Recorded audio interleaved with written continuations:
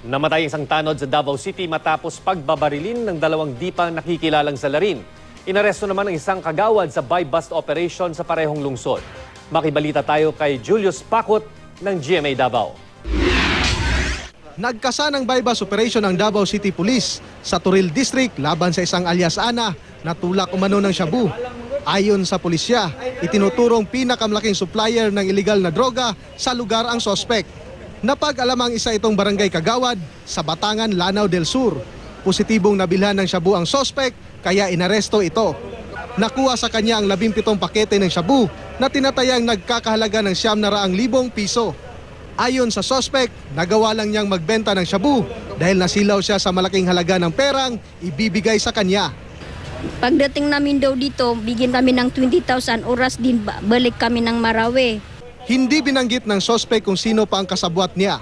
Ang iyang source is gikan sa Marawi. Ubay-ubay na po niya diri biyahe. Sa among monitoring, maka-deliver gid siya.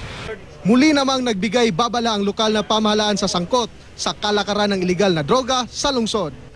Dead on the spot naman si Emiliano Ibanez Sr. matapos pagbabarilin sa kanyang bahay sa Barangay Katalunan, Pequeñon sa parehong lungsod.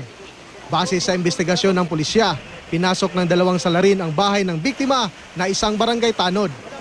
Tama ng bala sa leeg ang kinamatay ni Ibanez. Ayon sa anak ng biktima, walang nakaaway ang kanyang ama.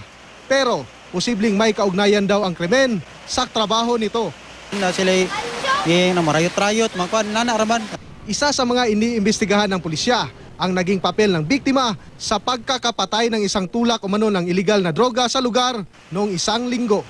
Sa barangay komunal naman sa Davao City pa rin, patay sa pananaksak ang isang Marjon Helia sa tinutuluyan nitong bunkhouse. Napag-alamang nakikipag-inuman noon ang biktima sa kanyang mga kasamahan.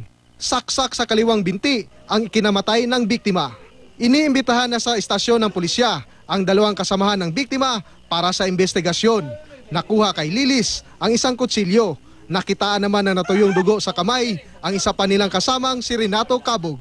Itinanggi ng dalawa na may kinalaman sila sa krimen. Julius Pakot, Nagbabalita, Pilipinas.